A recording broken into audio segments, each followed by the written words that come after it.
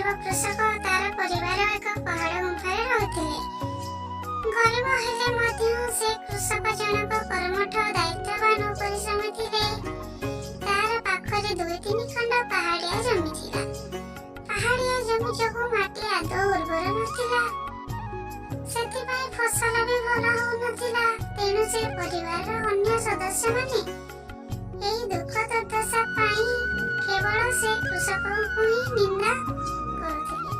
ସେ କୃଷକ ତା ଜମିରେ ପରିବା ଓ ଫଳମୂଳ ଚାଷ କରି ସେ କିଛି ଔଷଧ ଚାରା ସଂଗ୍ରହ କରି ସେସବୁ ମଧ୍ୟ ନିଜ ଜମିରେ ଲଗାଇଥିଲା।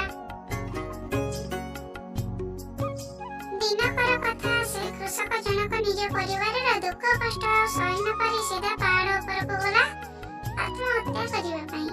ମାତ୍ର ସେ ଯେତେବେଳେ ସେ ପାହାଡ଼ ଉପରକୁ ଡେଇଁବାକୁ ଉଦ୍ୟମ କରୁଥାଏ, ସେତେବେଳେ କେହି ଜଣେ ତାକୁ ପଛରୁ ଟାଣି ଧରିଲା। କୃଷକ ବୁଲି ଚାହିଁ ଦେଖେ ତ ପାହାଡ଼ ଦେବତା ତା ପଛରେ ଠିଆ ହୋଇଛନ୍ତି। ପାହାଡ଼ ଦେବତା କହିଲେ, କାହିଁକି ନିଜର ଜୀବନ ନଷ୍ଟ କରୁଛୁ? ତୋର ଜୀବନ ତ ଏହି ରାଜ୍ୟ ପାଇଁ ଅତ୍ୟନ୍ତ ମୂଲ୍ୟବାନ। ଆଉ କିଛି ସମୟ ଅପେକ୍ଷା କର, ତ ସବୁ କଷ୍ଟ ଚାଲିଯିବ।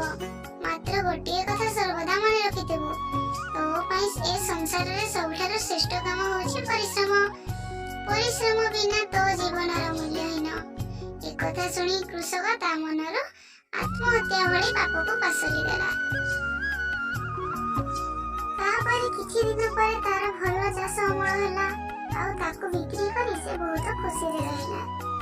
ତାହେଲେ ପିଲାମାନେ, ଏଠାରୁ ଆମେ କଣ ଶିଖିଲେ? ଶିଖିଲେ ଯେ ପରିଶ୍ରମ ବିନା ଜୀବନର ମୂଲ୍ୟ କିଛି ନୁହେଁ।